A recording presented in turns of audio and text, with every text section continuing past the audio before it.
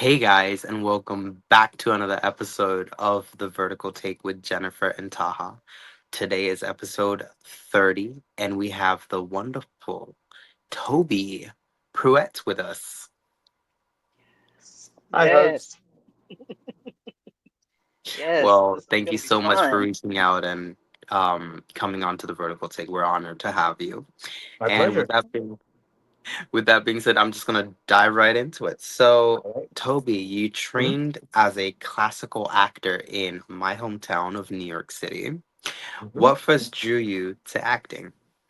I right from the beginning. I grew up in a radio station in a little bitty town in western Kentucky. My grandfather was a radio engineer, so he had built radio stations all around, and he finally built one for one family and decided that he wanted to lay roots there. So he ended up buying it from them, moved his family there, and that's where I grew up. So I grew up kind of on the air. Wow. Ooh, okay, okay, yeah. Um, so was there a specific mentor or performance moment that made you think, this is it, this is my path? Um, we all come to it for different reasons. Honestly, when we first Okay, start out, it probably is like the applause, the crowds, the attention. yeah. And I can't lie, I probably was doing the same thing at first. Hmm. Like I said, I growing up on air, you just kind of had your control board there, and you had no idea who was listening Yeah, or if anyone was until like a phone call came in or something. Um, and I wanted kind of a more of a connection with people. And I think as a kid, I probably wanted that attention. I probably wanted the spotlights and all that kind of such. of But I got course. really fortunate that when I started searching for a training program, I found one in New York. I was literally the worst student they ever took. Oh Oh no. no. I was the weakest student they ever took. And we joked about it later on. And I finally was like, then why? Why? He's like, well, Yeah. you seem to be a great kid. You wanted it so bad, and you had nowhere to go. And we couldn't just Okay. leave it like that. And I was like, Mhm. huh, all right, cool.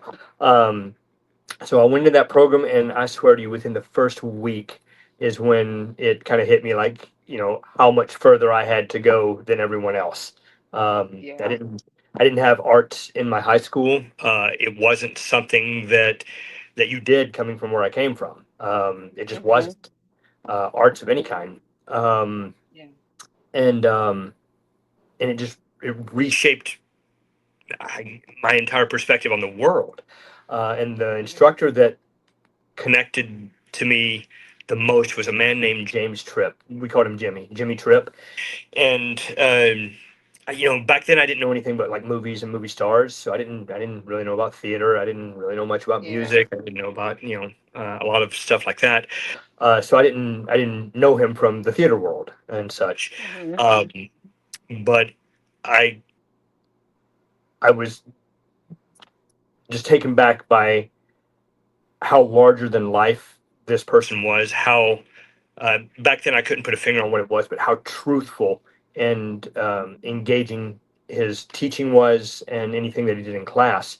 Um, and and he was at the time the head of the acting department for the National Shakespeare Conservatory, where I went to school. He was Yeah. also the head of acting for Stella Adler Conservatory, and Stella herself had picked him to do that.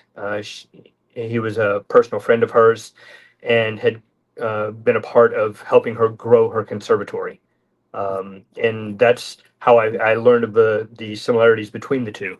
That National Shakespeare Conservatory and Stella Adler had a very close connection. We often consider them sister schools. So it was Okay. Adler-based technique. Jimmy taught Shakespeare in the summer, and he taught Chekhov in the fall, and a few other classes. Um, and we had a truly they refer to it as an integrated program. In other words, different elements of theater came together. They were integrated into one solid program. So you had your acting, you had your voice and speech, you had movement and dance, you had any kind of specialty things that would come along. It was Okay. all together. My first training program started as a summer program because I wasn't good enough to get into the 2 year program. Oh no. Yeah. So I started with a Wow. summer program, upstate New York in Kerhonkson, New York. Mm, It looked like Okay. it looked. It's very close to New Paltz, if you know that area. yeah. On the side of a mountain. We were housed up there, fed. We had classes 6 days a week from 9 in the morning until 6 at night, and sometimes we had evening classes from like Okay. 7 to 9. So it was like boot camp, and that was for 8 weeks long. Yeah. Oh wow. Okay. Yeah, it was Okay. amazing Wow. having theater, other artists around you under the stars. It's almost like a dream, a fever Hmm. dream, you know. Mm, Yeah. mm. And it probably makes you appreciate everything more just because you have worked so hard to get there. I mean, you said, yeah, Hmm. you said that you were like the weakest one, but look at you now. Yay! I mean, exactly. Yeah. Yeah. It's been a journey. It has been a journey. Yeah. Yeah. You know, and I can I think the imagine. best part about that experience is no matter what I'm able to accomplish, no matter what I'm able to work on, no matter what I'm able to really get a grasp of under my belt, it reminds me Yeah. that there's always more to learn. That you know, Mhm. Oh Absolutely. yeah. Oh yeah. So, Robert, you've appeared in Real Shorts projects like Faded to My Forbidden Alpha hmm and Fallen for My Best Friend's Dad. How yep. does acting in short form digital drama differ from traditional film or theater?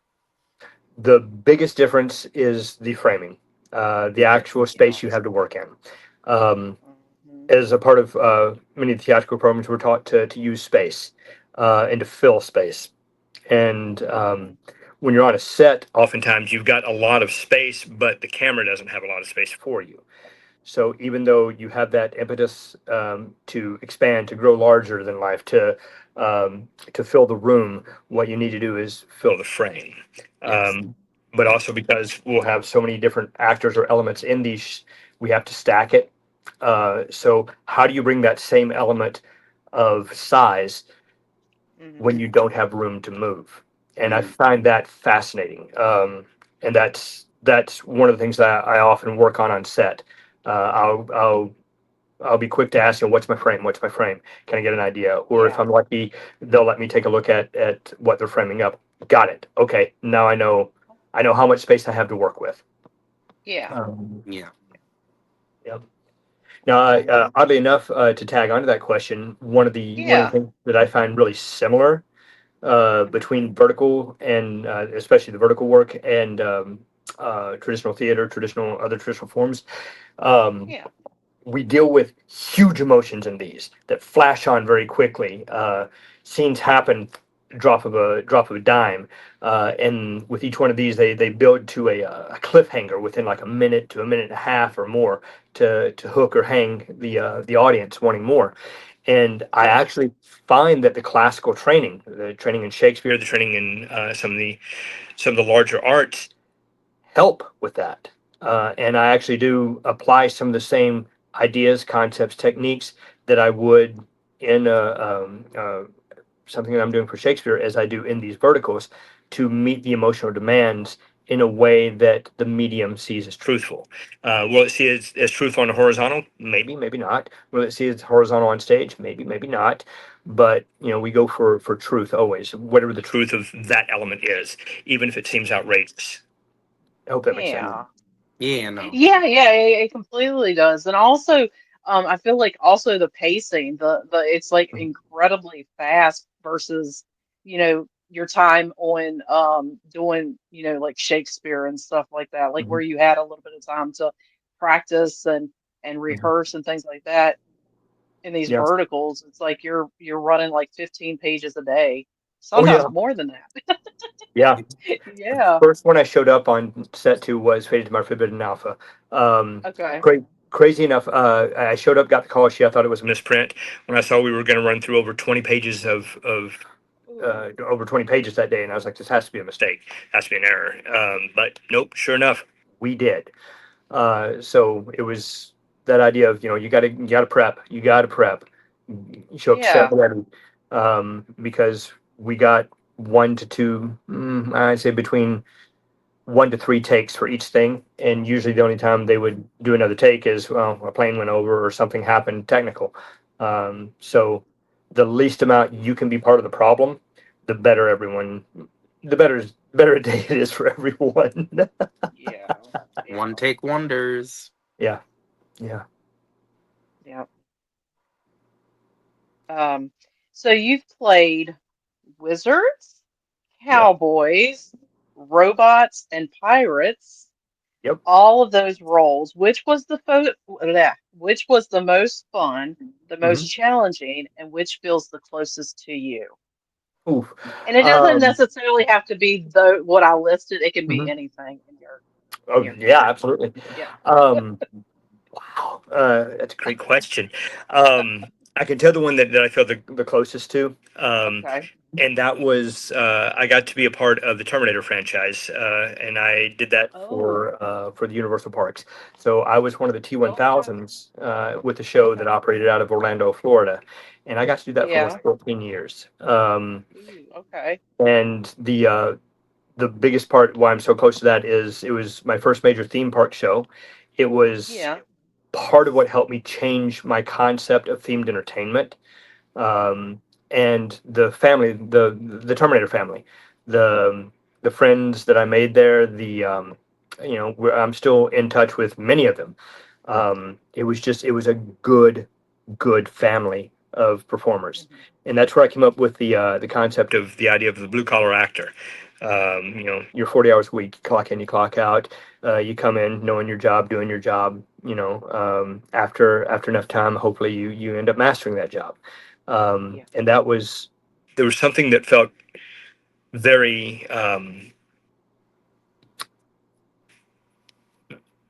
it felt like I had ownership of my craft, and Hmm. that I was genuinely a part of something bigger.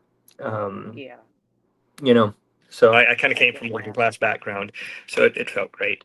Um, Favorite role? Whoo, man. I can usually tell what role I like the most because I want to revisit it. Okay. And probably the role that I want to revisit the most is Benedict from Much Ado. I got a chance to do that a few years back, and um, it was an amazing experience. An incredible director named Robert Valentine, and initially he had a concept for it, and the producing body decided they wanted something different for their Hmm. program for that year. They wanted to change it to a very traditional style, or what they consider traditional style, Elizabethan. So he had to kind of Yeah. rewrite everything and rechange. Well, not the play, but he had to rewrite his concept for it. Yeah. And we were able to develop that during the rehearsal process. He gave us a lot of room and leeway, and just bringing that character and that story to life Hmm. was truly amazing. And I look back on it and I'm like, one other stab at it because I think I can do it even better now. You know? Yeah. Yeah. Never say never. You never know. Yeah. So, So that So, covers what I was closest to, and my favorite. Was there another part of that? which one was the most challenging?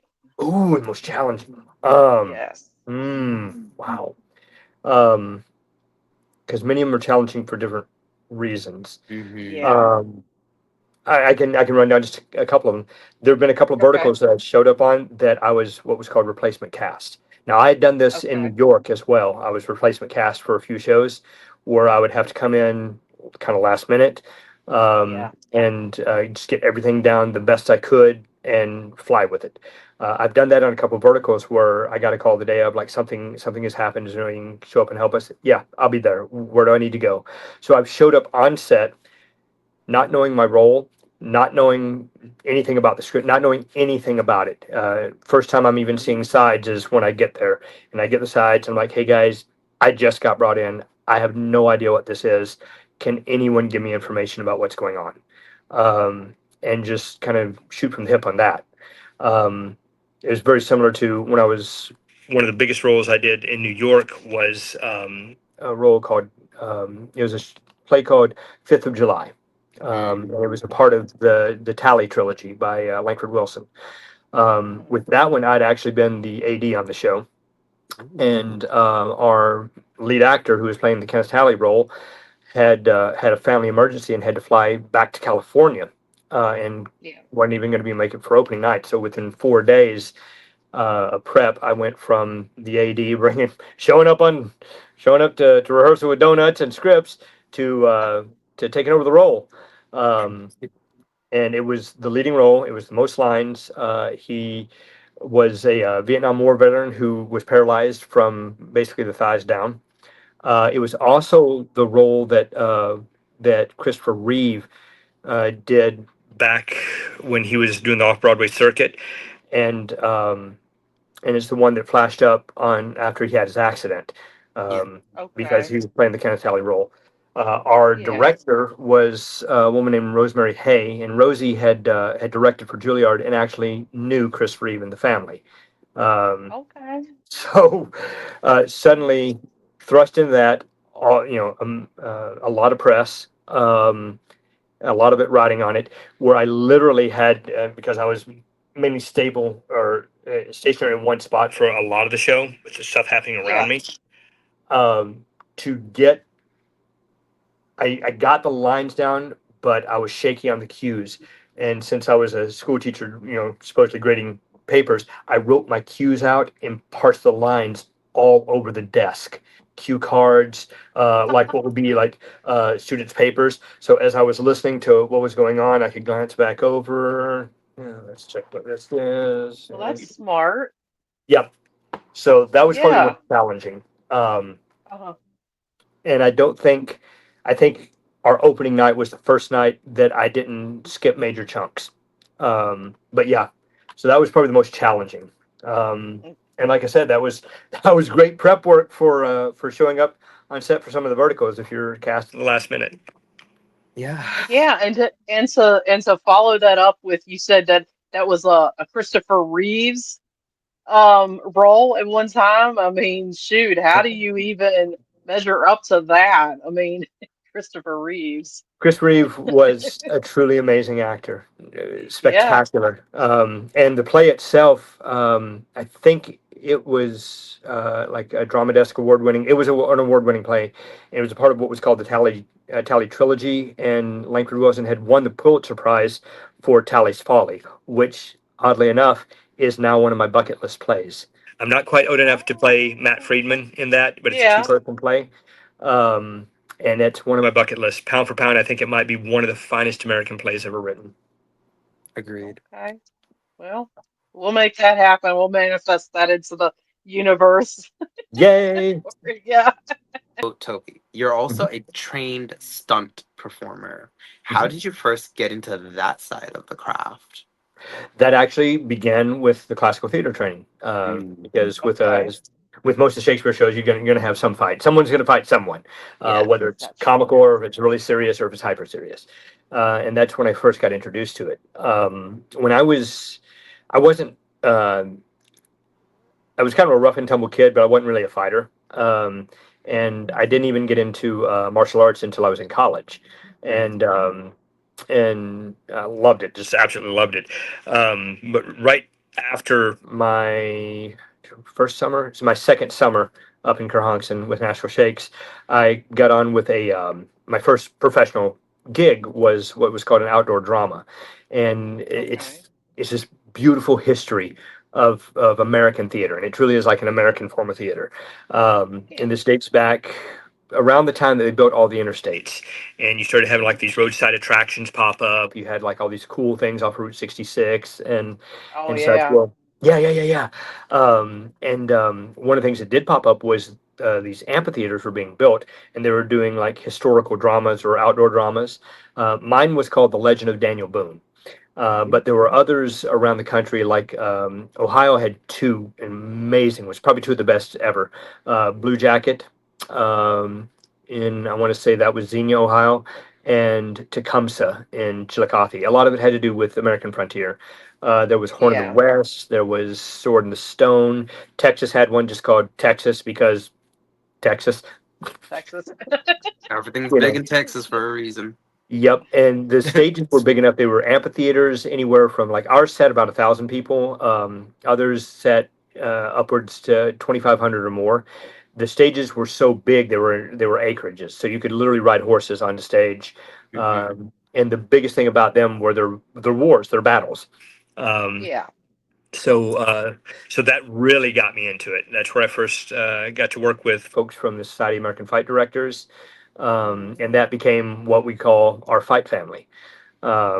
And They were just wonderful, wonderful people, and we could go out, fight like mad for 2.5 hours straight, and rinse, repeat, do it again the next night. You know. Yeah. Um, and there were actually some of my closest friends to this day.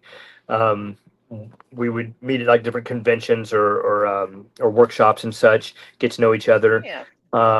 and many of them have gone on to do some major work. Like my dear friend Jessica Aaron Bennett. Jess, we met at a workshop in Vegas. That was a 3 week Okay. long workshop. She was working out of like the Chicago area at that time, and then she did Hollywood, and she's based out of Atlanta, Georgia, right now. And Yeah. she branched off also into intimacy coordination, and she was the intimacy Oh, coordinator on this new season of Peacemaker. So she's got some okay. serious credits now, and she's also one of the best in the biz. Just truly wonderful, wonderful human being to work with. And I think that's probably been the best part of being in the stunt industry. For Yeah. years, I wouldn't say that I was a stunt man because I looked at it, I was like, well, I don't fall from great heights. I don't set myself on fire. I don't do car wrecks. But I'm a stunt performer. You know, I do fights. I do weapons work. I do, Yeah. you Uh-huh. know, I do strange stuff. I've made a Yeah. very good living doing very stupid things. Whatever Well, makes it. hey, at least you're getting paid for it. I mean, Yes. Yeah. so what do you think was, oh, wait a minute, hold on. Where am I? Oh, what do you think the most physically demanding stunt you've ever tackled has been? Oof. Wow. Let me see here. The one that comes to mind first is it was on a film, and the stunt itself wasn't that difficult, but Okay. it was a film called Moondance: The Continuing Saga of Little Red Riding Hood and the Big Bad Wolf. Um, Oh, it okay. it was awesome. It was a 15-minute film done by a guy named Will Bigham. And Uh-huh. if you remember, several years ago, when we're trying to find like the new reality shows and new this and that, there was one that was sponsored by Steven Spielberg called On the Lot. Hmm. Uh, Okay. yep, yep. And it was where they took these filmmakers, and every week they had to make a film. Well, Will was the guy who won it, um, and Okay. his film Moondance was the submission that got him on the film or got him on the show On the Lot. Um, but this was done in Florida. We were somewhere near Tallahassee, and it was a basic kip up. If you're lying on your ground on your back, you kip up to your feet. However, I was Okay. doing it. Yep, yep. I was doing it Yeah. without using my hands, and I had this weapon that was this massive scythe. Um, because my Oh. character was Hansel, and yes, my sister was Gretel. Oh God. Gretel had Oh, okay. Gretel had a bullwhip with blades on it, and I had the Uh-huh. scythe. But the scythe was made out of this huge piece of it was like a log, like I don't know, Uh-huh. driftwood or whatever. But but I was having to hold on to that, do the kip up without hands, and go into land and go into a strike. Well, I did it over Okay. and over and over. And it wasn't just that we couldn't get the shot, but they were doing it from different angles, from different, it finally got to the point where I was like, I know that I've done this kip up 50 times today. And it got to a point where I just could not rotate my body and get the rest of the way up. So Yeah. I kept trying to keep up and just crashing over and over and over. For me, it was a pride thing. It's like, I can do it. You see me do it. And they're like, we got it. We got it. That was probably the most challenging, not because of the wild difficulty of the stunt, but the amount of Yeah. times I had to do it. Like, jeez. Yeah, because your body, I mean, it can only take so much. You keep doing it. And Yeah. finally, just like, nope, nope, you're not doing that again. Yeah, No. Um, exactly. the Wow. funniest that when we only did it in rehearsal, it did Uh-huh. not go into the show, was I was doing a big show. And in that one, I was kind of one of the clown characters, and they were doing a Christmas version where my character basically became an elf, and they wanted like elements of magic. So I was on the deck, and there was about 8 foot behind me was another area of the stage, and they just wanted to fly Uh-huh. me up onto it. However, they went cheap on their materials, and what they did is they got a harness off of eBay that was used, but it was just a girdle, so it wasn't like a full harness like you'd be jerked up on. It was just a girdle that went around me, and Oh it my had goodness. what they called a pick point, one pick point at the very back. And what they did is they ran a rope that I'd be tethered into, that ran into the brig, into a block and tackle, and the two of the biggest guys we had, when the cue hit, they would grab it from the top and sling it all the way to the ground and just keep rolling with it. I kept telling them this isn't going to work. You know this isn't going to work. I'm just going to crash into stuff. But the people that pay the bills and pay my check Yeah. Hmm. demanded to see it. So it's like, well, Yeah. rent's Okay. due. Let's go. So when they did the stunt, the cue went off. They grabbed the rope at the top, pulled it all the way to the bottom. It instantly inverted me upside down and slammed me into the brig on the way up. Wham, wham, wham, wham. Oh no. Until this like wrinkled mess of me was on top of the deck. And I was like, hey guys, didn't work. You think? Wow. But Did you they can't end up tell them getting that. oh my god. Yeah, I survived it, but yeah. What were you gonna say, Todd? I was like, did they learn their lesson and get you a proper harness? Oh no, no, no. We cut that element of it. I just ran upstairs, set off a smoke thing, and did a quick change in the smoke. Um, no, no, no. With some people, there's no learning, and in that case, there wasn't. No. Oh my Obviously God. not. Oh my god. Yeah, Did you get like hurt or anything? got bruised up, banged up. Oh, My ego was badly bruised. But man, yeah. it's a great story now. Yeah. And Gives you funny enough, street cred. yep, yep. My director on that one was one of my best friends at the time, and to this day, he still is one of my best friends.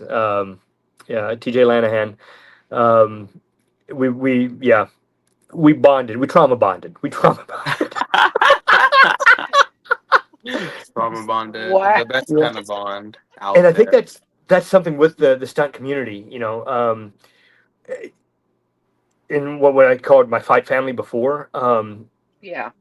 Because I've had to work, and I've had to work in certain stunt situations with people I didn't really like, and but I could trust them. I knew that Yeah. once we got out there, we were going to take care of each other, Yeah. and I think Yeah. that's vital. If you're lucky, you get to work with people you really like, and I think that's also why so many of these groups continuously work together, because they find people that they trust and the people that they like, and they keep working with each other. Because you got to know you got each other's back, especially in something like that. With stunt industry, you literally have each other's lives in your hands. So, Yeah. yeah. Yeah, well, talking Exactly. about literally having, each other's lives in each other's hands, Hmm. how do you balance the assurance safety while still crafting stunts that feel thrilling and authentic towards the audience? Practice, practice, practice, practice. It's the same way that you get to Carnegie Hall. Practice, Yeah. practice, practice. Keep training. Always keep training. I like to, when I'm watching anything, also look, even if I'm not in it, watch for the safety, where the safety's set up. You know, if you're lucky as an audience member, you won't so much see them. As a stunt professional, it's exciting when people are safe and you have to kind of figure out how. Um, as far as the acting of it, you meet the emotional demands of what's there. Pick your action, play your action as if it's life and death. You Yeah. know, be very, very specific. Very specific in your choices. But you always have to keep training. Um, when Mhm. you, when I have different stunts or specific like fights, I will run them the way I do my lines, and oftentimes I walk around, say my lines, say my blocking, things like that. Um, and I like to work them in more than one concept of learning. So in other words, it's not just physically doing it, but if Yeah. if I'm in a spot where, say, like on the train going somewhere, on the plane going somewhere, I can talk through it. I can talk through it and Mhm. um, literally talk through my safety elements as I go. Um, when whenever I have a chance, I sit down and I would do fight notation. So I'll have a written score of, just like a music score, except it's fights. And you'll have a written score of what happens here, where does the violence come to, what has to happen here, the demands of it. And this does also fall within my theater training, as far as being prepped, being ready. With most of Yes. it, you get yourself fully prepared, fully ready, trained as much as you can, and then you kind of let go. And with stunts, there is an element to that. Um, Mhm. there's an element to that. I mean, when it comes time to throw something, you got to throw it, Yeah. because if you hold back, you're going to get yourself hurt, or you're going to get Yeah. someone else hurt because they're trying to keep you from getting hurt. Yeah. So, get yourself as prepared as possible. Know what you're doing, have your goal in mind, and then throw it. Yeah. Yeah. Wow. You've worked as director of production health and safety for Miramax and as a Mhm. performance director for Feld Entertainment. How does those behind the camera roles shape your perspective as a performer? It's interesting. With I was that for Feld first. Okay. Feld, uh, most people, almost everyone has seen Feld shows, but it may not ring a bell what it is they've seen. Feld Okay. is a massive touring company. They've owned Ringling Brothers, Barnum and Bailey for about 50 years. They're also the company that owns all of the Monster Jam shows. They own all of the Disney on Ice shows, and Okay. for a while they were doing live action stunt shows. And I was assigned to two of those, um, Hmm. and they were the world's largest live action touring shows: Marvel Universe Live and Jurassic World Live. And Mm. yeah, yeah.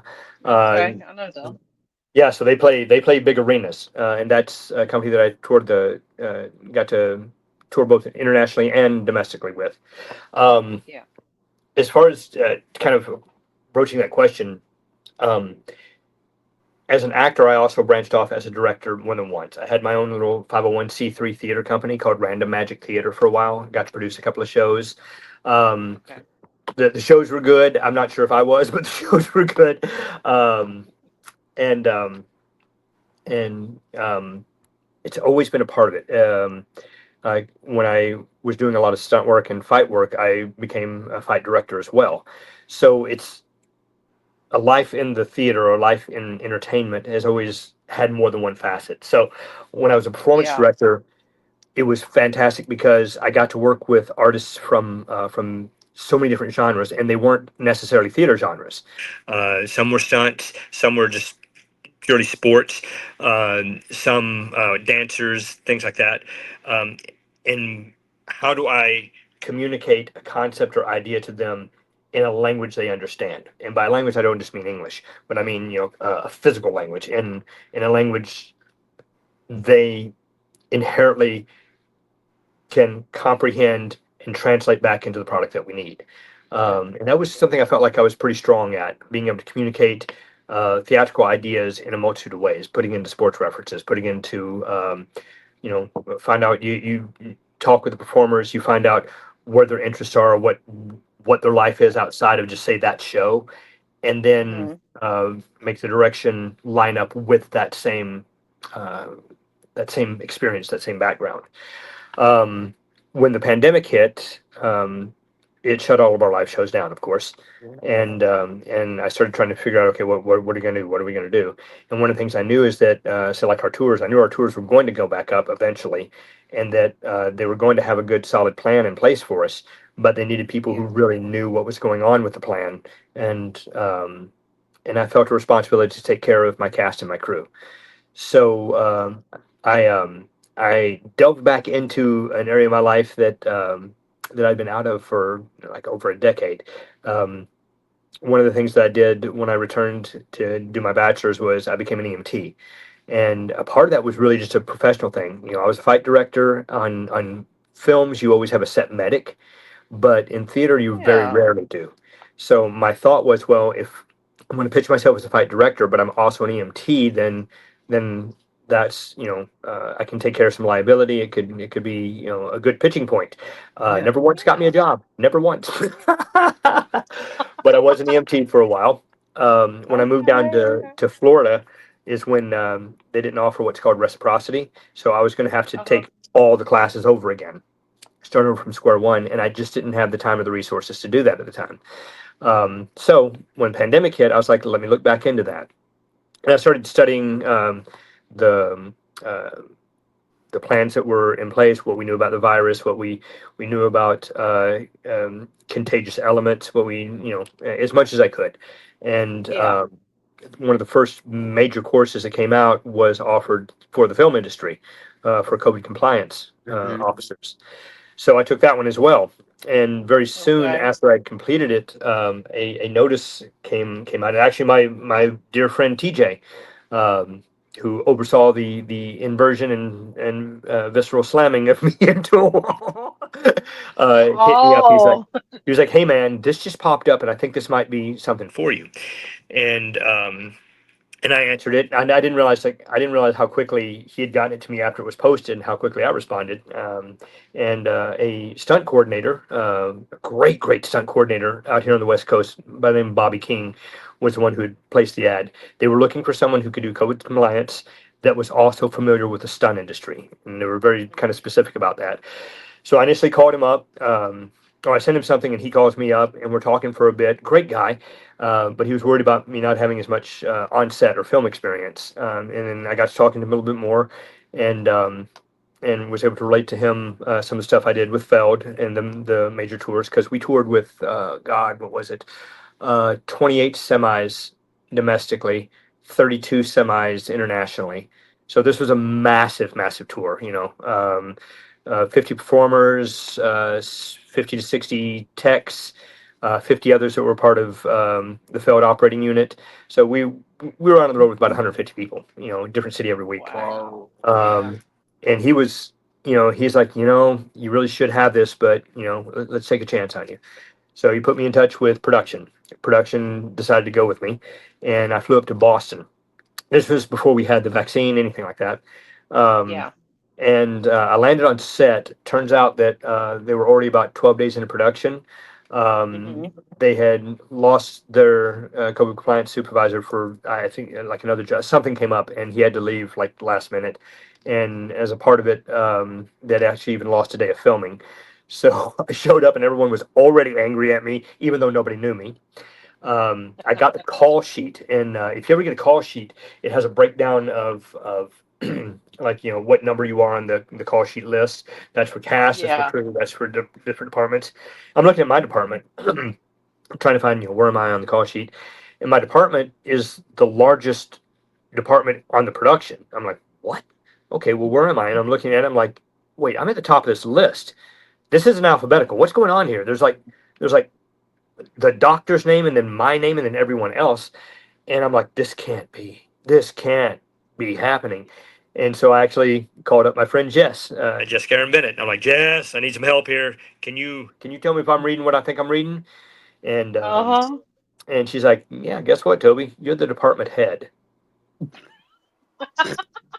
Okay. The department head. Oh yeah. Wow. Okay.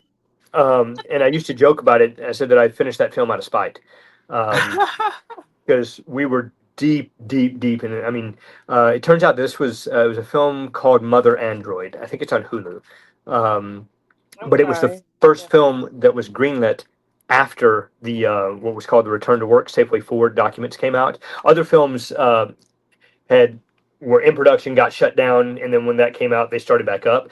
But this was the first one greenlit after it came up. So I was on set with like the vice president of the Eastern Seaboard of IATSE on set with me, and these people. I was like, why are all these major people on this set when it's basically a low budget film? And Mhm. then later on is when I found out because it was the first greenlit. Oh Mm-hmm. my god! Oh, yeah. I guys, I'm going to tell you, I thought I failed miserably at the job. I every day someone was angry at me. Everyone had their opinions on it. It with some of it, it's kind of funny because when you're looking at things like that, to get up and running, we had to follow a set of rules. Period. They were agreed on the four major Yeah. unions. We had to follow them. It's like if you go to a construction site and if you don't believe that a steel beam falling on your head can hurt you and you don't think you should have a helmet, doesn't matter. You want to be on set, you're going to have your safety gear. Period. And that's kind of the Exactly. situation we were in. But because of the nature of what it was and the confusion, the misinformation, um, someone was always knew better than the people that knew everything. Of course. Because the people that knew everything were the first ones to tell you, we don't know what's going on. Um, Yeah. Yeah. So I jokingly say I finished that one out of spite. And I thought I did a terrible, terrible job. And talking with my bosses at the end, that's when I found out that the film was backed by Miramax. And my boss was amazing. I worked directly under two different people, an Andrew Golov and, oh my God, I blanked on her name, Katie. Oh, Um, Katie Goldstein. I worked directly under them, and they were amazing. They were truly wonderful human beings. They were supportive, and at the end of it, I even apologized, like, like I made this mistake, I made that mistake. They're like, Toby, we finished the film. You didn't get shut down. Right. And yeah. Andrew told me everyone I know has been shut down at least twice. You didn't. Let's talk about the That's next one. good. You know. Hmm. Um, from there, I went to one filming out here in LA, and this will actually tie into something we'll talk about verticals. Okay. It was a film called She's All That. It was a remake of the film He's All That. I watched Um, that. you watched it? Yep. Yeah, I When you look watched in the She's credits, All That. Yep. yep, you look in the credits, you'll find me. Um, Okay. but I was never on screen. Now, if something you'll notice unique about that one, Uh-huh. they were all TikTok stars. Yep. Yep. Yep. They Yep. were. Turns out a lot of the financing came from TikTok. And when I was there and I Okay. found out all of that, I was like, huh. So TikTok is going mainstream. They're looking at the movie industry. So it really didn't surprise me at all with the rise of verticals. And what some people refer to them as like, think of like TikTok movies. Well, yeah, these major platforms have already been looking at this, Hmm. and what they did back then was they took their people, their concepts, their ideas, and applied it to the horizontal format, the regular film format. Well, what happens Yeah. when you take the Hollywood system and apply it to the format you've already figured out how to work well? That's when you get verticals. Yeah. So True. uh, I I could I'm not going to say that I predicted this coming, but when it came along and I took a step back and looked at it, I was like, oh yeah, this makes sense. Yeah, Mm-hmm. this has been about to happen for a while. Um, Yeah. So yeah, we'll touch back on that. But from there, God, it was such great. My boss Andrew was so wonderful. Finally met him in Los Angeles, and he was talking to me. And he was like, "Hey, so we think this is going to stay around for a while. We think maybe you're our guy. You want to work for us?" I'm like, "Well, yeah, I'm here. I'm here. We got about 2 more months of filming. He goes, "No, no, no. I mean, Yeah. with us." I'm like, "What do you mean with you?" Miramax, our guy. I'm like, oh, like Miramax signs the checks. He's like, yeah. Oh, I guess we Oh, can talk about that. wow. Oh, okay, didn't expect that. His next Right. question was, because we were filming near the holidays, he was like, "So, what do you think about turkey?" I'm like, "Love it. Thanksgiving, you have it. You have sandwiches for the next couple of months until you get that ham on Christmas." And he's laughing. He goes, "No, no, no, Turkey, the country." I'm like, "Turkey, the country? uh, I've got a passport and it's raring to go. What are we talking about?" And so he mentioned a film coming up that they were working on, and they kind of want one of their guys out there, and he thinks it might be me. So we went through the interview process.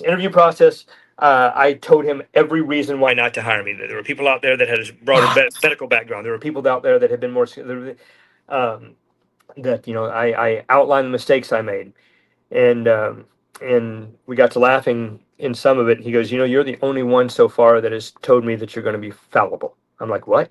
He goes, "Everyone else I've interviewed, they've told me how they are the perfect person for the job, how they know everything that's going on, they know what's going to happen here, they know what's going to happen there, and that's the reason why I should hire them. And I know all of them are lying." I'm like, mhm. "Oh." He goes, "So HR is going to call you next week." Oh, Well, there you So have it, folks. Don't yeah, lie. Be as honest as you can, and it will land you the job. yep, yep. So 4 months in Antalya, Turkey, with a Guy Ritchie film called Operation Fortune. Yep. Um, got to work with one of my idols, Carrie Elway, and I will tell you outright, that is one of the most genuine, nicest humans on the planet. What a tremendous human being, and an wow. absolutely stellar performer. So yeah, whatever you hear good about Carrie, he's better. It's true. Oh, okay. Yes, Yeah, he's all yes. that is the new one. Hmm. Yeah, Yeah, and I yeah. can't remember the girl's name. Yeah, she's a big, huge TikTok person. It's Addison not. Rae. Yes, yes, Mhm. yeah. Yep, I thought Liza Perry was in that too. yep, yep, Yeah. yep. I swabbed Okay. their noses.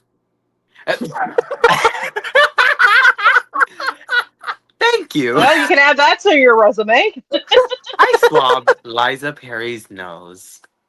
Yeah, Anyone yeah. wants to buy It was a glamorous, glamorous life. Wow.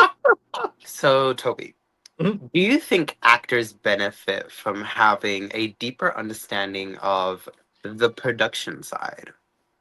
Absolutely, absolutely. Um, know your space when you go in. Theatrically, know your space. Know where you can walk. Know where your sight lines are. Um, know the depth you can go. Yeah. Know your space, and work that space. Production is a little bit different. Know your framing. Mhm. Especially if we're used to working on horizontal formats, and now we got a vertical format. Know your framing. Um, understand how production operates. Yeah. Um, you know, um, see where the lights are and make sure that you're not casting a shadow on one of your fellow actors. Because even if like you're trying to just get seen, get your coverage or whatever, they'll get your coverage. But if you block the light for someone else, they're not going to use the take. Nope. It's not going to be good for them, and it's not going to help anyone. It's just going to burn time. Um, the more you understand how a film functions in the filming process, then the more you can meet those challenges. Hmm.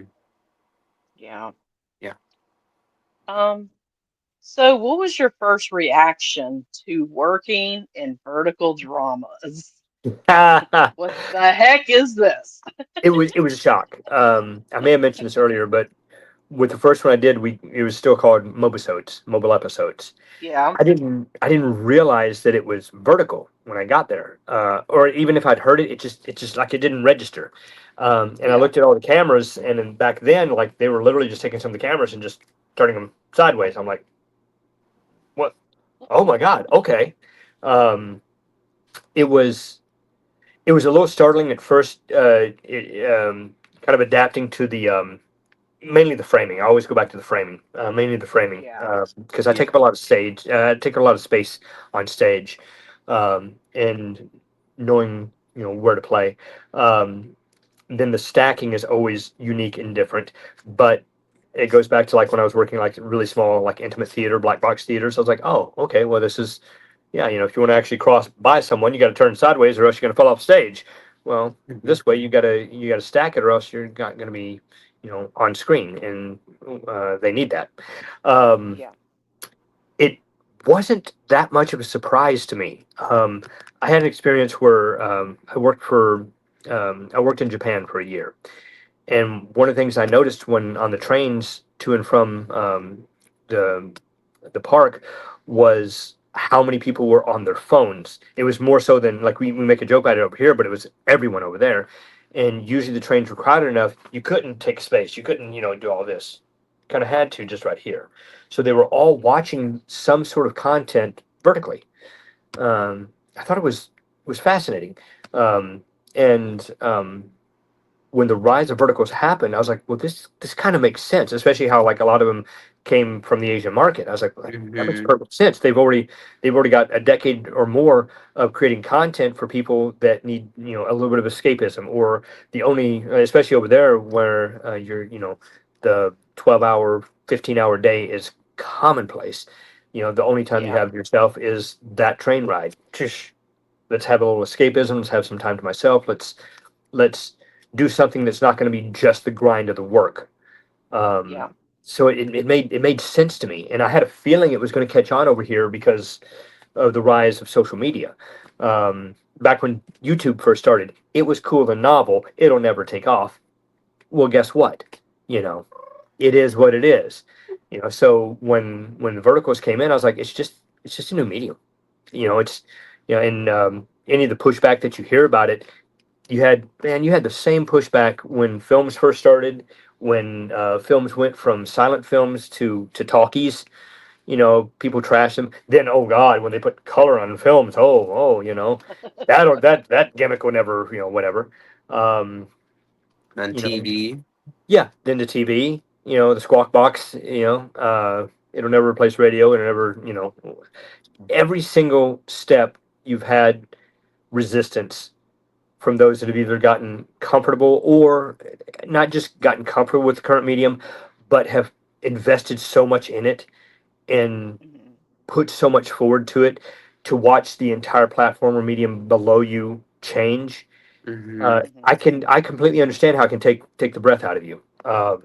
You know, as things went more to like online and mobile, I felt that myself. I'm like, oh man, this is new technology. How do I catch up to it? How do I be a part of it? How do I Mhm. how do I not get left out? Right. Yeah. And so I understand it, but um, kind of got to relax. Is it going to be forever? Who knows? Something will probably replace it. Is it going to be Sure. big? I think so. I think it's going to be a great storytelling platform.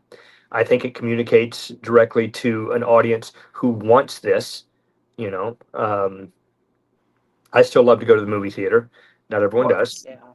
I still love to binge watch stuff on Netflix. Well, binge watching only existed what in the last 10 years.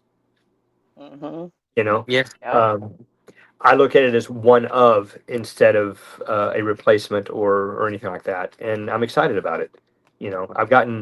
I've gotten so fortunate in my life that I've gotten to work across so many different genres, and I just see it as another genre. The only thing that I haven't done, and that's like kind of on the bucket list as well, is I haven't been a part of a grand opera. Mm. Oh, But yes. yeah, I've gotten to work Well, with a ballet company. I've gotten to do stunts. I've been on film, been on TV, I've done theater, done theme parks. And I didn't have the respect for theme parks that I currently do until I got involved in it and realized, wow, this is really something. Okay. But yeah, yeah. so it's just one of. Of course. Of course. So, Okay. Toby, do you think vertical storytelling is changing how the audiences watch and engage with content? Yes, absolutely. Okay. And you can trace this through the process of filmmaking over the last few decades. If Mhm.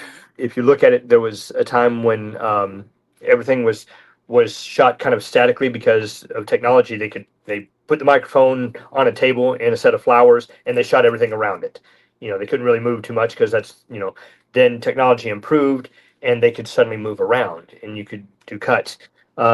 what, 40 years ago or so. You look at the length of edits in the storytelling process, and then you flash forward, I want to say 30 years, when the edits started being shorter and shorter, and it became something that they called MTV edits, or they nicknamed MTV edits because they were I very remember fast edits. MTV. Yep, yep. Um, and then you look with social media how they talk about how the average edits or the average scene has gotten shorter and shorter and shorter and shorter. We're consuming content at a unique pace, um, compared to what has happened in the past. But it's just it's the way we're communicating right now. You know, Hmm.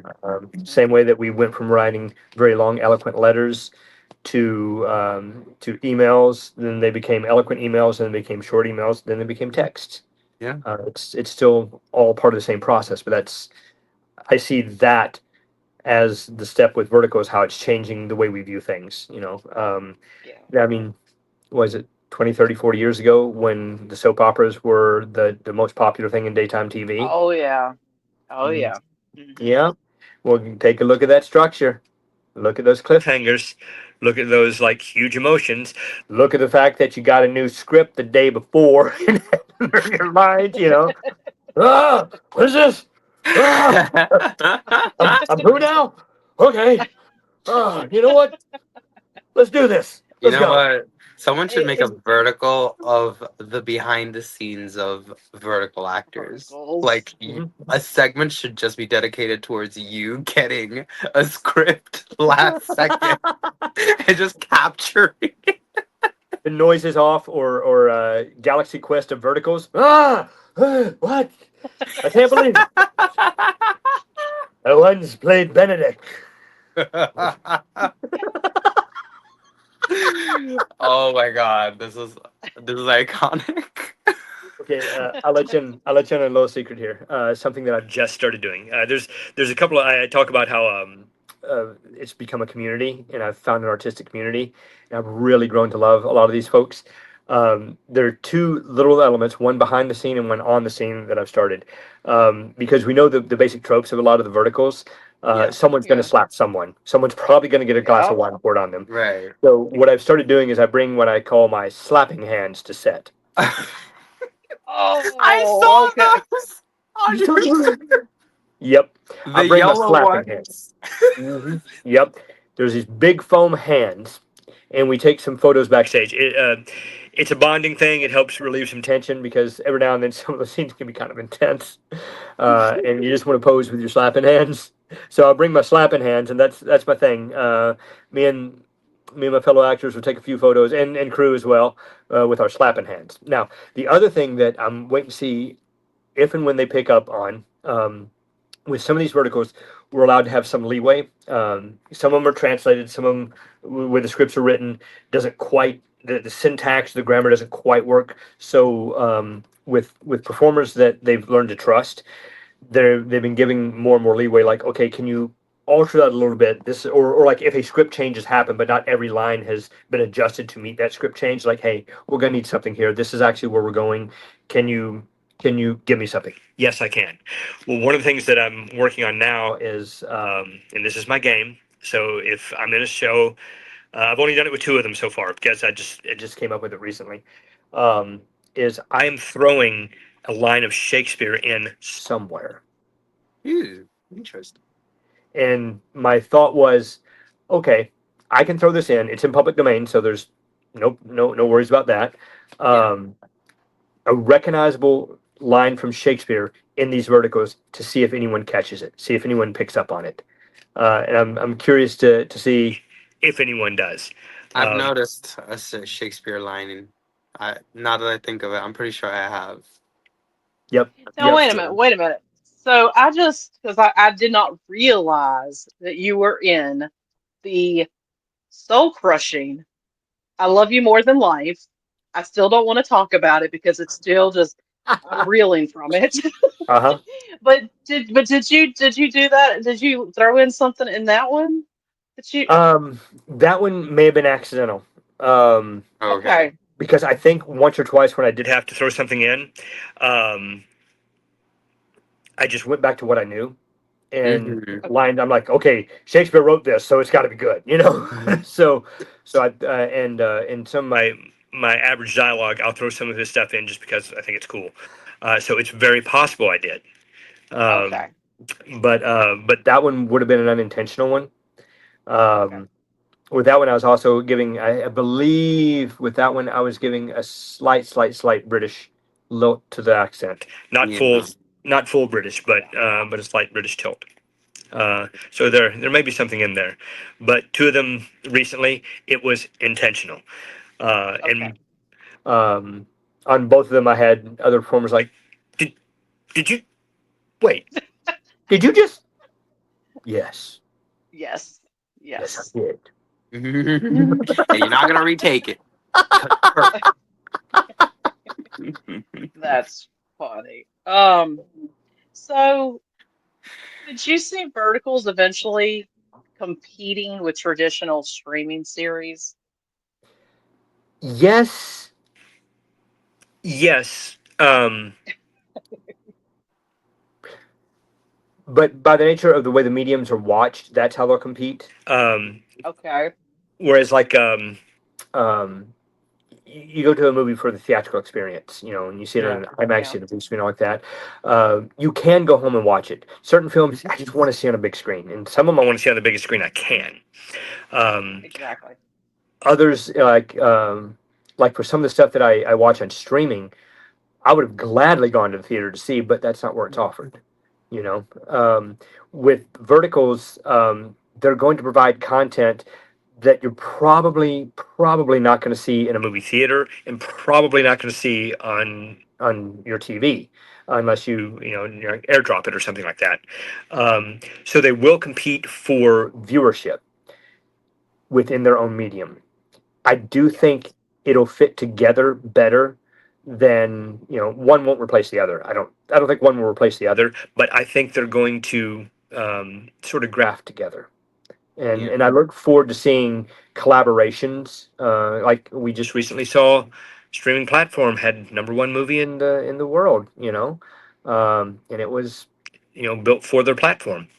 But I'm looking forward to seeing stuff like that. Oh, and we've had traditional TV do that. When 50th anniversary of Doctor Who, they Mm-hmm. they did that in theaters, and let me tell you what, I was standing there waiting for the box office to open so I could buy my ticket to it.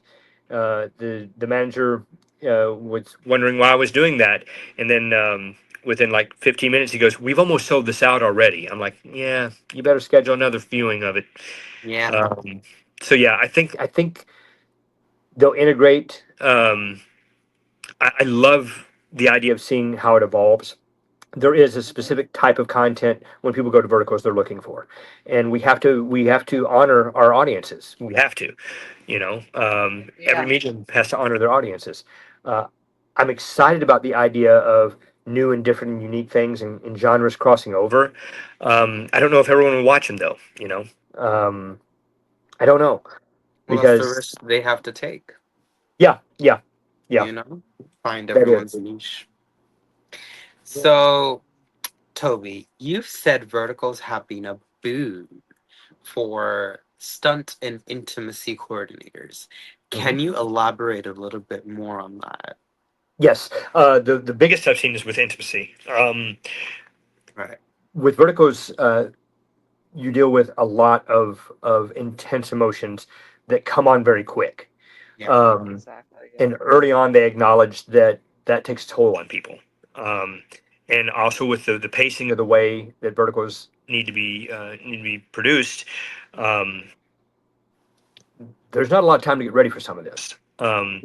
And they have done an amazing job, a truly amazing job, of rolling the concept of an intimacy coordinator into their productions.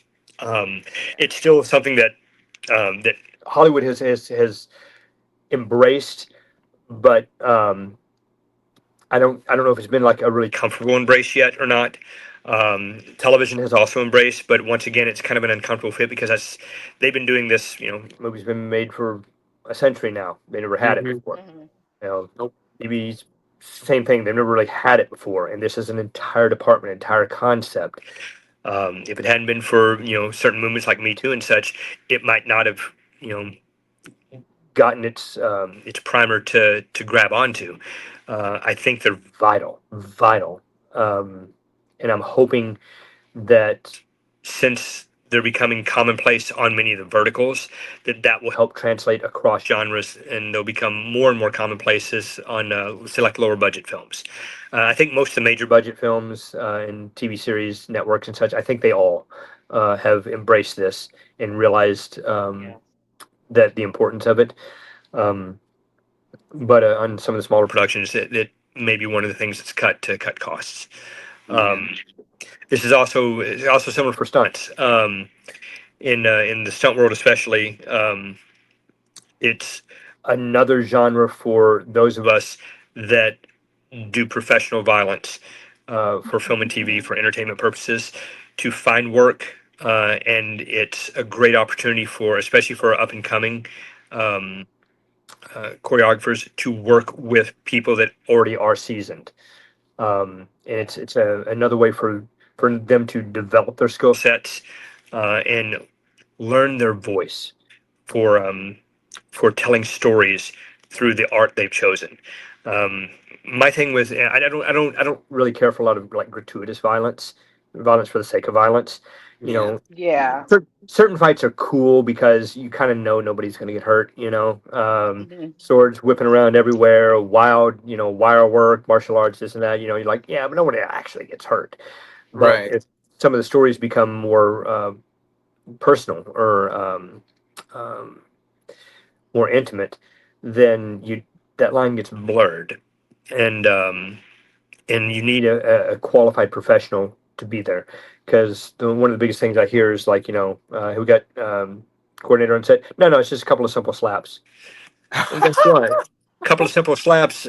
Slap is like one of the easiest things to get injured with because it's just a slap, so Yeah. nobody thinks it's serious. And the next thing you know, someone gets a finger in an eye, or they slap and actually hit the person, or they cup the ear, and now you got some eardrum damage because it's just a simple slap. Have you Same actually thing seen that here. happen in person? I have seen it happen. I haven't seen it happen on a vertical though. The Okay. good thing is most people working verticals right now have a concept of the filmmaking process, Mm-hmm. and Hmm. with the filmmaking process, since camera really only sees in two dimensions, you can stack it so that you are very far out of the way, and the camera will read it as a connection as long as the one that receives the violence sells the violence. Yeah. Um, but I've seen it happen more Makes sense. on stage. On stage, it happens quite a bit. They're like, you just do it. Yeah, no, no, don't just do it. No. You got to do No. this 8 times a week for whatever the opening and run of the show is. You know, but it's given, like I said, it's given them a chance to start learning what their vision is. Violence that tells a story, and if that story is integral to the broader arc or the broader premise of what's being told, has its place. And that's kind of the way I feel like with villains. I actually really enjoy playing villains, but if you don't have a bad guy, how do you know who's good? Exactly. It That's is the true. foil that sets it off. Um, I Exactly. agree. Yeah. Yep. So, you also played a pirate in a live show, the mhm. Walt Disney. I think it was Jack Sparrow. Or, I mean, I know you didn't play Jack Sparrow, but it was that. Yep. What was the funnest part of bringing that to life on stage? Oh, that one was wonderful. That was beautiful. That was the first major role that I had with Walt Disney World. I was a part Hmm. of the equity company in Orlando, and it was a two-man show. It was initially only supposed to be like about 6 week run or something, a Right. summer offering. Yeah. It was so popular that the show ran for, I want to say, 11 or 12 years. They even built us a little stage, Ooh. but it was an outdoor show. It was designed to be like what they call a trunk show that you would find in Mm-hmm. like wind fairs, things like that. Um, it was based on Jack Sparrow, and my character's name was Mac, but it was based on the Gibbs character from the films. Okay. And Yeah. I really approached it. That's where I laid into my clowning background. Um, and it was amazing. Mac got to start the show, lay out the barriers, like the rope barrier, call the crowd in, get everything started. Jack would come in, and we would have a few things together. We'd do some interactions with the audience and kids, and we'd put the show to sleep. It was supposed to run anywhere from like 20 to 21 minutes or so, and on really good shows, you would see it go up to like 25, 27 minutes, and we'd get in trouble for being out there too long. But it's because it was going so well. The interactions with the people were so strong. The ability to ride the wave between anachronism and authenticism was beautiful. Yeah. How do you take something that would be out of place in the world of the pirate, but make it current to both times? Oh, it was beautiful. It was beautiful. Um, got to work with some incredible sparrows. I got to work with just the wonderful, wonderful audiences that would come to Walt Disney World, and that was one of the times in life when I realized that what we used to refer to as like just working in theme parks or theme park actors and like that, and they make a was it Simon Cowell always say you're really just a theme park actor. Well, guess what? Mhm. There's also legitimate actors working in themed entertainment, and that for me is Exactly. where it changed between theme park actors and themed entertainment, where the idea of immersive work really, really flourished. We've had immersive work for years. I mean, it's nothing new. It came out probably I think in like the 40s, 50s with really immersive plays and such, but it was kind of novelty. Yeah. Not until you had something like the powers of Walt Disney World, Universal, these major, major organizations to be able to support the artistic vision and Hmm. honestly to provide the funding that it took to create truly immersive worlds. Yeah. And that's what was brilliant, to be able to immerse yourself in it, live, breathe, and be those characters in wild and ridiculous situations. Yeah, I agree. Exactly. I agree. So I So, gotta ask, did you ever, sorry, Taha, no, did you're did you good. ever meet did you ever meet Johnny Depp? I mean, did Johnny Depp ever I mean, Unfortunately, I did not. Aw, of I would actually uh, love to meet the guy. yeah, course. Yep. Don't we all? he's amazing. Yep. Yeah, he's an I amazing I guy. met some pretty remarkable people working themed entertainment, Okay. but he wasn't one of them. That's fine. One day. All right. One day. One day. Toby, be honest. How Okay. many times have you practiced your pirate Arrr in the mirror? I Too many mean, to it's a count. legit question. Yeah. Too many to count. I mean, there's so many ways you can say that. It means so many things. It's almost like aloha. It can mean hello, art. It can mean goodbye, art. You know, it could be surprised, art. It Yeah. could be get off my lawn, you damn kids. Arr. Yeah. It could, it. I mean, it was a Oh my legit god. question. I mean, you've got to perfect it. Looking back, what advice would you give your younger self just starting out in the business? Mm, wow. Um, Relax a little bit. Yeah. You'll Yeah. get there. Um, you don't have to be so hard on yourself to to get good. Um, I would tell myself that you actually are valuable. You know, you have Yes. value. Um, and then I would preface that with, hold on, you asked, Fred. It is one hell of a ride. Hmm. There is never, ever any promise that you'll get rich or famous, but man, it it will be the most wonderful experience that you'll have. Looking ahead, where do you see the vertical dramas going? And where do you even envision your own career heading towards? Ooh. they've done a fantastic job of replicating the old Hollywood system. You Mm-hmm. know, I can see it developing and evolving kind of the way that studio system did. Um, Hmm. I can also see it as it becomes more and more accepted mainstream.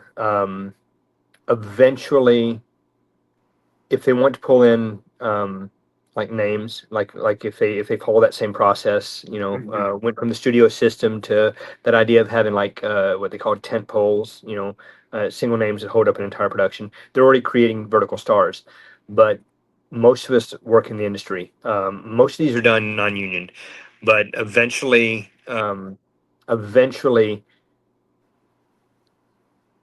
Well, there depending is on a their vertical market. union in Toronto. I forgot what Oh, they stand for. Yeah, yeah, yeah. It's I did not know the this. yeah. So Toronto in Canada, there's a union. They're based out of Toronto, and it's a Mhm. union for vertical actors specifically. That is, Um, oh, VFSC. I forgot their acronym. mhm. I'll DM it to you That'd be great. Yeah, once I find it. Yeah, I could see them eventually. They're going to want to step up into that, of course. and that hopefully that won't have a negative impact on the vertical world, because just as in like within Hollywood, we've got union films, we've got non-union films, we got things that shoot union, we got things that shoot non-union, Yeah. um, but eventually that'll be the next step up. Um, I think budgets are growing on these for like special effects for Yeah. just as it grows, it's going to grow. I hope to see that.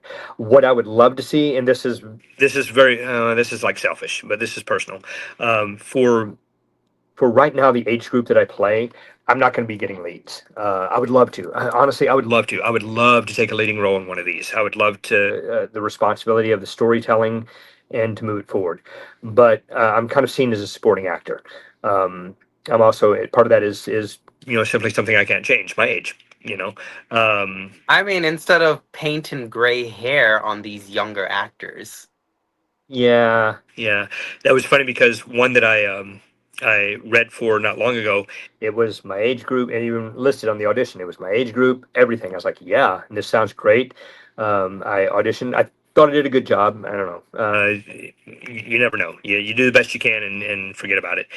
And I knew some people that actually got on that, and that's exactly what they did. They hired someone that was in their 20s, and they put just a small piece of gray there, and it was a good actor. I mean, it was a really good actor. Yeah. Nothing against Yeah. the actor, but Yeah. I was looking. I was like, huh. It's so obvious that they're in their 20s, Young, I know. and But with Or maybe like an older um, vertical, like they show an older woman and an older man. And yep. like, well, that's what I was getting ready to say is on Real Short, I Hmm. just seen where they have an older man and a Hmm. older woman in a mhm, romance. Now I can't remember the name, but it was just put out recently. And that's a new thing, and I'm happy for it, because with some of these Yeah, yeah, performers that are a little bit older, been around longer, they bring a certain season to it, a certain a quality of work that just takes a long time to develop. yeah, And that's not saying exactly. anything Yep. against the younger performers. The younger performers are brilliant. They're wonderful. They bring fire to their performances. Um, and part of it could be selfish. There's an element where like I kind of know what I'm capable of. hmm, It's just a matter of if our audiences are going to be accepting of it. you yeah, know so it may not just be the productions not being able to see past an age, but will our audiences really accept it? Would you accept me as, you know I've commanded the stage in major roles, but do you really want to see that on your vertical? And that's Yeah. something I've got to deal with, I've got to face. But I would like to see the roles for supporting actors like myself become larger, become more integral, not just a scene here or scene two and then forget about it, but actually do the job of supporting actor. One of the things that I do believe, and I've talked to a lot of my friends that are, especially the ones that are younger vertical stars, that they have such a heavy workload on them. How many pages they're shooting a day, especially if they get script changes like day of, day before. There's no way. they can consume all of that constantly. They do the best they can, but they, Yeah. they can't always Yeah. be at the top of their game. They can't always get all of those lines down. So it's on the supporting actors to come in to support them. Of Exactly what course. it said. To support them. Come in, know your lines, know your actions. Make it easy for them to do their work because they've already got a pile of work on them.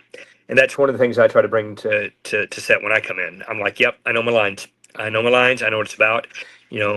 I'll hear from time to time, this line sounds ridiculous. I'm like, yeah, well, have you ever done Taming of the Shrew?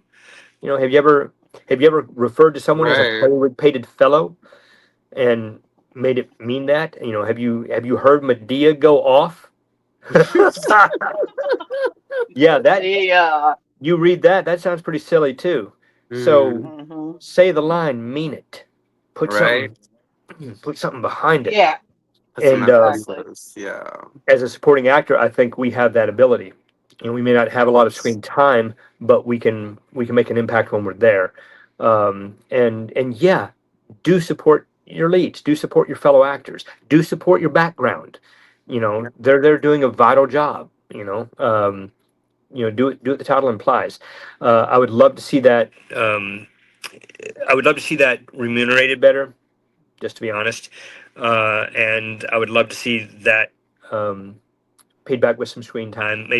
Maybe a little press on us. It'd be Yeah, nice. of course. Hey, it'd be nice to catch a photo of mine up on one of those billboards.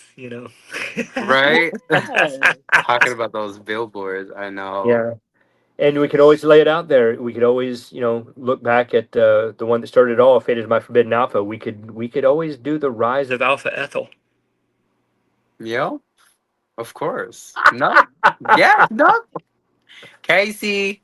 Well, the good thing about him is he has his own production house, so he Yeah, can make it happen if he wants. So yeah, yeah. To watch the way he's grown has just been amazing. Because, like I said, I got to know Casey a bit on set, and just a truly wonderful human being. yeah. Yeah. No, we were able to interview him, and yeah, it was pretty good.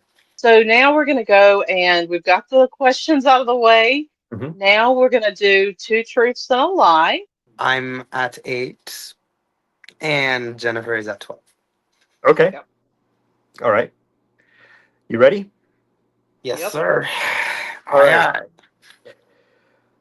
Okay. aye. I performed a show for James Cameron personally. I Ooh, lived in the okay. UK, and I actually had a graduate degree before I ever had my bachelor's. Hmm. Okay. Interesting. You lived in the UK. Well, I lived in the UK too, so if that's Oh. true, bonding. Um, these are hard ones. Shoot. I'm going to say you've never lived in the UK. He might have. Who knows? Okay. Well, He might have. He might have lived in the United Kingdom. Mm,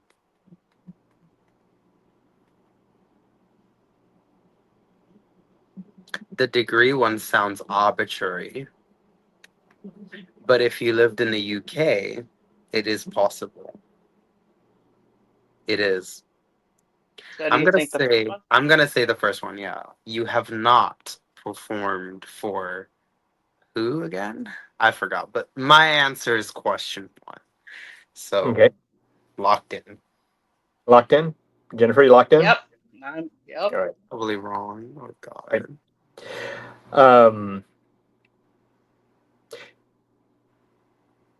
In the theme parks, I did a show where the wand chooses the wizard. And occasionally we would Hmm. get guest stars. And on one occasion, James Cameron did come in with his daughter for Daddy Daughter Day. Uh, and I got to do the show, which was roughly about 8 minutes long, Mm-hmm. uh, specifically for James Cameron. And he was one of the greatest guests I've ever seen. Um, That is true, guys. completely he was as friendly as can be. He was kind of giddy to be there. He was loving the special effects. Um, he wanted to stand to the side because it really was about his daughter. Yeah. And he as he stood to the side with his camera, and he goes, "I turned the flash off." And one of the handlers was like, "No, sir, you can leave the flash on." And his response was, "I don't want to ruin this." So Oh, so he was totally into it. Uh, I stayed completely in character. So even when he approached the bench to have a conversation with me afterwards, I refused to break character because that is not what we do. Nope. Not in theater. That Nope. is not what we do. Um, and of course, every atom in me wanted to say thank you because I'd already been a Terminator for him for Universal for God 14 years. Oh wow. Um, and yeah. that was the job that helped me take care of mom. That's the job that helped me in so many ways, and I got to be a part. And I wanted to say thank you, but of course that wasn't appropriate. Um, Yeah. and and they were just fantastic. They were absolutely fantastic. Um, I toured the United Kingdom for about 8 months. I Ooh. also um, had a relationship with a young girl in the UK and really, really thought I was going to move to York, and Mm. wanted to live in London so badly, and experience all of that there. But I never actually lived there. I spent a lot of time Sorry. there. So, um, yep, Jennifer is at 13, people. yep. Okay, and then the And last Okay. one. And you're wait a minute, hold on. It's got one mhm, more. yep, Yeah, the Go last one. ahead. for the degree. Right out of high school is when I went to New York. Mhm. And very soon after that is when I got into my training program. The training program was accredited by the National Association of Schools of Theater. So it was a conservatory degree because I did do the I did 2 summers and then did the 2 year program because I had that far to go. So when I went back to actually finish my bachelor's, those credits would only transfer in at the graduate level. It was a graduate level degree. Oh. Mhm. And as a result, I actually lost a lot of the. Oh, I didn't lose the credits, but I couldn't transfer most of them back in because they were at a higher level than the place where I got my bachelor's didn't have a master's degree in theater, so I couldn't transfer them back in. So I technically had a graduate degree before I had my For bachelor's. your undergrad. Okay, makes sense. No, Yep. I know that's possible. That's why I didn't go Mhm. towards that. But Yep, and it's cool because a lot of times that applies to people that did did studies overseas, outside of the American system. You know, yeah, Yeah. so and there's only a couple of universities over here that will do that, like Yale, NYU, a few others. Uh, yeah. I know you can get theirs. NYU. Yep. Yeah, makes Yay. sense. So I'm curious, what part of the UK did you live in? Devon, Southwest part. Oh, oh, Yeah, the lovely. posh part. Sorry. Mhm. You have a So garden? I'm sorry. Do you have a garden? Yeah, of course I had. I had a Oh, front yard. I had a front garden and a back garden. then you were posh. It was. I'll show you. I'll show you pictures of my old ancestral home. It was like a little mansion. I'm not trying to brag, but Yeah. yeah, It's nice. It's nice. Yeah, yeah, it was nice. We had a pond in our backyard actually with oh, that's fish. amazing. We had Japanese koi fish in the Mm-hmm. backyard. Yeah, we had. That's magnificent. Yeah, my paternal grandparents were very. They were something. Mhm. Yeah. That's incredible. Thank you. So, to everyone who guessed that right, congratulations. Continue telling us what your points are in the comment section below. It's funny because at the time of filming this, Hmm. I'm at 8 and Jennifer's at 13, and the rest of the people have not even started even playing the game. It's gonna start with the person who we drop after tomorrow with Hmm. James, and then we'll see everyone else. What points they get if they're getting the two truths and a lie, correct or not. So Mm-mm. it's interesting how we're That's up here. incredible. They're like about to start. Nice. So, right. So, Toby, I'm Mhm. ready for your rapid fire. Okay, Let me know when you're ready, let's do and it. I will start. All good? Let's go. Let's Perfect. do it. Pizza or pasta? Oh, pizza. Comedy or horror? Comedy. Sunrise or sunset? Ooh, sunset. Favorite season? Summer. I knew you were going to say that. Green or white? Oh, green. Okay. Panda or shark?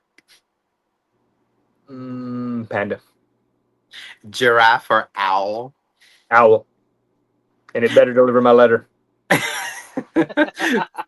Favorite quote or motto? Yay. Espresso or smoothie? Espresso, yeah. Popcorn or trail mix? Trail mix. Favorite way to spend a lazy Sunday? Oh, at uh honestly driving around. Just driving around. Yes, driving around. Someplace where I've never been. People spend lazy Sundays at home, but okay, driving around. Here we go. Yep. Hiking or singing? Hiking or singing? Can't it be both? You can have the best of both worlds. There you go. Singing Cycling live? or cycling or gardening. Cycling. Dream role in any franchise. Ooh, wow. Cyrano de Bergerac. Any medium. Okay. Followed S- by Matt Freeman in Tally's Folly. Yes. Socks with sandals or sandals with socks. Um, I don't do sandals, so socks with sandals. Okay. Whisper only or shout only. Oh, shout only. That's yeah. Your go-to Starbucks order. Oh yes, that is an iced. Oh my God, nitro, cold brew, vanilla. Uh, yeah. Venti Trenti, whatever it's called. Grande. Vanilla sweet cream cold brew. That's it. Perfect. Collect stickers or collect stamps. Ooh, collect stickers. Okay. Teleport once a month or rewind 5 minutes daily. Rewind 5 minutes daily. Weirdest food combo you actually like. Ah, yeah, olives and milk. Okay. Super Okay. strength or telekinesis. Telekinesis. Hmm. Pirate or werewolf. Ooh. Um. Well, I've been a pirate, so let's try werewolf. Okay. Good guy or jerk. Um. Jerks are more fun. Go ahead. We'll take it. Flight or time travel. Time travel. Oh God, yes. A Do we travel do? des- yeah, a travel destination that surprised you. Antalya, Turkey. Okay. Freeze dance or super strength. Super strength. Pictionary or truth or dare. Truth or dare. Coffee dates or inside jokes. Inside jokes. Right. Dress up or keep it casual. Keep it casual. Matching hoodies or matching playlists. Matching playlists. A place that feels like a second home. London. Yeah. Gratitude or innovation. Gratitude. Order or stability. Mm. Um. Huh. Order. Okay. And the But I last one, prefer chaos. right. Oh, okay. And the last one is comfort or legacy. Legacy. Right. Well, thank you very much for doing the rapid fire. I appreciate you answering everything. And I'm going to open the floor for you to ask us any questions. Oh, wow. Um, what what about the vertical world first caught your attention, and what has kept your attention on it? So, my I got to take it back to my very first vertical, and surprisingly, you were in it. Oh, wow. Double Life of My Billionaire Husband with Jared Harper, Mm-hmm. and I forgot the actress's name. Oh my god. It's not Candace, it's someone else. I forgot. But I think you were her father. Yep. I Yeah, you remember were. both. I'm blanking on their names as well, but both her and the other, they were all truly wonderful in that. They were great to work with, and Yeah. that's also I can remember watching their work and being like, "Wow, that's genuinely impressive." Okay, good job. Right. So I just like the fact that how new it was Hmm. compared to traditional TV, film, and indie, like any sort of film. Hmm. And it was just short and snappy. It ended on a cliffhanger, Hmm. you know, new actors, new faces, you know, like it just drew me in. And then their marketing on social media is on point. Like they Oh yeah. just pop out of nowhere. And it's like, hmm. Okay. At first, you're like at the very top, continue watching, and then you're like, okay, I gotta download this app, and then see what's Hmm. going on, and then Hmm. next thing you know, you're hooked. Yes. So definitely their marketing strategy. Hmm. I think mine is just the fact that I can go into a vertical and know exactly what I'm getting. Hmm. Like, if I want to watch a romance, I'm going to go in there and I'm going to, it's like straightforward. I'm going to get a romance. There's no subplots. There's none of this Hmm. extra stuff. Like I said, plot lines. I mean, it's going to be about the two main characters falling in love and that's it. And what keeps me watching is they keep putting out verticals over like 10 verticals a day. And it's Right. always like people I like. And I'm like, oh, okay, now I gotta go. So I guess I'm binge watching verticals this weekend. I mean, Hmm. so yeah. But, Yeah. but Yeah.